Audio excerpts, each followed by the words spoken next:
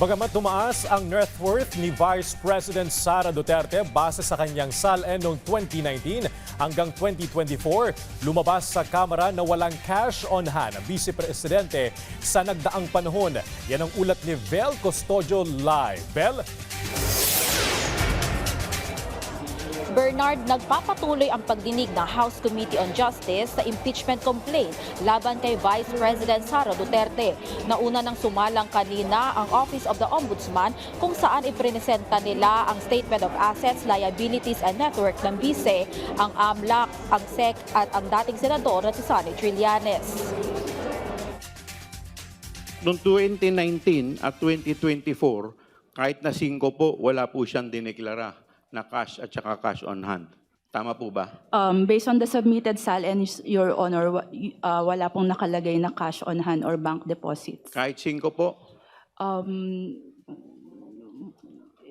Wala pong nakalagay, Your Honor. Hindi wow. Matapos ilatag ng Office of the Ombudsman ang mga Statement of Assets, Liabilities and Net Worth ni Vice President Sara Duterte at ng kanyang asawa ni si Atty. Manasseh Scarpio mula 2007 hanggang 2024. Lumutang sa pagdinig na House Committee on Justice na walang idineklarang cash on hand at bank deposits ang Vice Presidente mula 2019 hanggang 2024. Apela naman ni Sagip Party List Representative Paulo Marcoleta. The SALNs discussed were not attached in the original complaints. Hindi po sila kasama sa original complaints. Sinabi niya kanina, hindi kasama yung SALN sa original complaint. Yes, he mentioned that. Oh, I'd like to clarify. Paano niya nasabi yun? Kasama eh. Ito, babasahin ko. Vice President Sara Duterte committed culpable violation of the Constitution and betrayed the public trust in amassing unexplained wealth and failing to disclose all her properties and interests in properties in her SALN.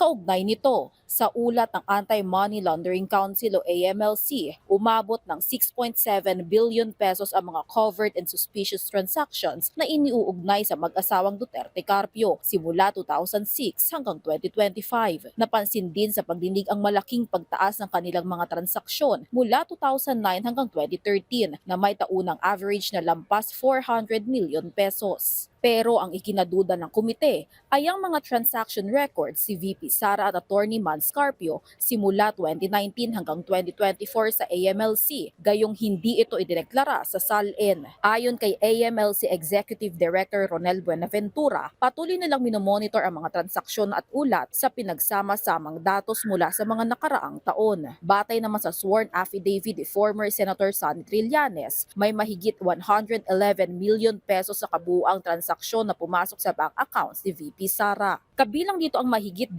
bilyong piso sa joint bank accounts ni Vice President Duterte at ang kanyang ama na si dating Pangulong Rodrigo Roa Duterte. Nakatanggap din umano ang pamilya Duterte ng pera mula sa kilalang drug lord na si Samuel Uy. Ang total po na natanggap ni Sara Duterte mula dun sa drug lord ni si Sammy Uy ay 22,322,538.21 habang mayor siya ng Davao City. Kinumpirma naman ng AMLC na may record din sila sa naturang transaksyon.